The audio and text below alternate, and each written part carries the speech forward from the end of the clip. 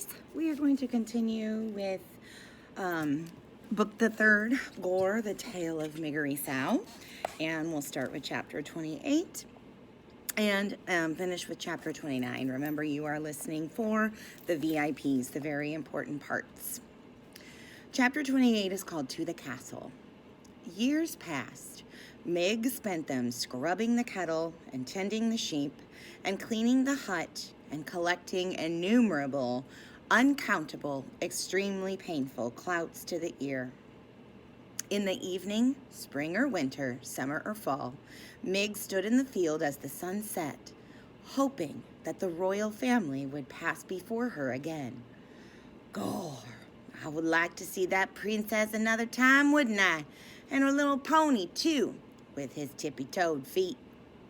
This hope, this wish, that she would see the princess again was lodged deep in Meg's heart. Lodged firmly right next to it was the hope that she, Miggery Sow, could someday become a princess herself. The first of Meg's wishes was granted, in a roundabout way, when King Philip outlawed soup. The king's men were sent out to deliver the grim news and to collect from the people of the kingdom of Dor their kettles, their spoons, and their bowls. Reader, you know exactly how and why this law came to pass, so you would not be as surprised as Uncle was when one Sunday a soldier of the king knocked on the door of the hut that Meg and Uncle and the sheep shared and announced that soup was against the law. "How's that?" said Uncle. "By royal order of King Philip," repeated the soldier, "I am sent here to tell you that soup has been outlawed in the kingdom of Dor. You will, by order of the king, never again consume soup, nor will you think of it or talk about it. And I, as one of the king's loyal servants, am here to take from you your spoons, your kettle, and your bowls." "But that can't be," said Uncle. "Nevertheless it is." "What'll we eat? And what'll we eat it with?" "Cake," suggested the soldier, "with a fork." "And wouldn't that be lovely," said Uncle, "if we could afford to eat cake?" The soldier shrugged. "I am only doing my duty. Please hand over your spoons, your bowls, and your kettle." Uncle grabbed hold of his beard. He let go of his beard and grabbed the hair on his head. "Unbelievable," he shouted. "I suppose the next thing the king will be wanting my sheep and my girl, seeing as those are the only possessions I have left." "Do you own a girl?" said the soldier. "I do," said Uncle. "A worthless one, but still she is mine." Excuse me. "Ah," said the soldier, "that I am afraid is against the law too. No human may own another human in the kingdom of Dor." "But I paid for her fair and square with a good laying hen and a handful of cigarettes and a blood-red tablecloth." "No matter," said the soldier. "It is against the law to own another. Now you will hand over to me, if you please, your spoons, your bowls, your kettle, and your girl. Or, if you choose not to hand over these things, then you will come with me to be imprisoned in the castle dungeon. Which will it be?" And that is how Miggery Sow came to be sitting in a wagon full of soup-related items next to a soldier of the king. "Do you have parrots?" said the soldier. "I will return you to them." "Ah, a ma!" shouted the soldier. "Dead," said Mig. "Your pa?" shouted the soldier. "I ain't seen him since he sold me." "Right. I'll take you to the castle, then." "Gore," said Mig, looking around the wagon in confusion. "You want me to paddle?" "To the castle," shouted the soldier. "I'll take you to the castle." "The castle? Where the itty-bitty princess lives?" That's right. Gore, said Mig. I aim to be princess too someday. That's a fine dream, said the soldier. He clucked to the horse and tapped the reins, and they took off. I'm happy to be going, said Mig, putting a hand up and gently touching one of her cauliflower ears. Might just as well be happy, seeing as it doesn't make a difference to anyone but you if you are or not, said the soldier. We will take you to the castle, and they will set you up fine. You will no longer be a slave. You will be a paid servant. Huh? Said Mig. You will be a servant, shouted the soldier, not a slave. Gore, said Mig, satisfied. A servant I will be, not a slave. She was 12 years old. Her mother was dead. Her father had sold her. Her uncle, who wasn't her uncle at all, had clouded her until she was almost deaf. And she wanted more than anything in the world to be a little princess wearing a golden crown and riding a high-stepping white horse. Reader, do you think that it is a terrible thing to hope when there really is no reason to hope at all? Or is it, as the soldier said about happiness, something that you might just as well do, since in the end, it really makes no difference to anyone but you? Chapter 29 is called Start with the Kersey and Finish with the Thread. Miggery Sow's luck continued. On her first day on the job as a castle servant, she was sent to deliver a spool of red thread to the princess. Mind, said the head of the serving staff, a dour woman named Louise. She is royalty, so you must make sure you curtsy. How's that? Shouted Meg.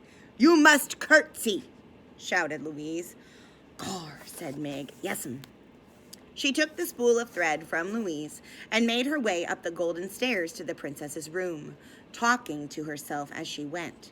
Here I am, off to see the princess, me, Miggery Sow, seeing the princess up close and personal like. And first off, I must curtsy, because she is the royalty. At the door to the princess's room, Meg had a sudden crisis of confidence. She stood a moment clutching the spool of thread and muttering to herself. Now, how'd that go? She said. Give the princess the thread and then give her a kersey? No. First the kersey and then the thread. That's it. Gore. That's right. That's the order. Start with the kersey and finish with the thread. She knocked at the princess's door. Enter, said the pea. Meg heard nothing, so she knocked again. Enter, said the pea. And Meg, still hearing nothing, knocked yet again. Maybe, she said to herself, the princess ain't to home. But then the door was flung wide, and there was the princess herself, staring right at Miggery Sow. Gore, said Meg, her mouth hanging open. Hello, said the pea. Are you the new serving maid? Have you brought me my thread? Kersey, I must, shouted Meg. She gathered her skirts, dropped the spool of thread, stuck a foot out, and stepped on the spool, rocked back and forth for what seemed like quite a long time, both to the watching princess and the rocking Meg, and finally fell to the floor with a Miggish thud. Whoopsie, said Miggery Sow. The pea could not help it. She laughed. That's all right, she said to Meg, shaking her head. It's the spirit of the thing that counts. How's that? Shouted Meg. It's the spirit of the thing that counts, shouted Pea. Thank you, miss, said Meg. She got slowly to her feet. She looked at the princess. She looked down at the floor. First the kersey, then the thread, Meg muttered. Pardon? Said the pea. Gore, said Meg. The thread. She dropped to her hands and knees to locate the spool of thread. When she found it, she stood back up and offered it to Pea. I brought you your thread, didn't I? Lovely, said the princess as she took the thread from Meg. Thank you so much. I cannot seem to hold on to a spool of red thread. Every one I have disappears somehow. Are you making a thing? Asked Meg, squinting at the cloth in the pea's hand. I am making a history of the world, my world, said the pea. in tapestry. See?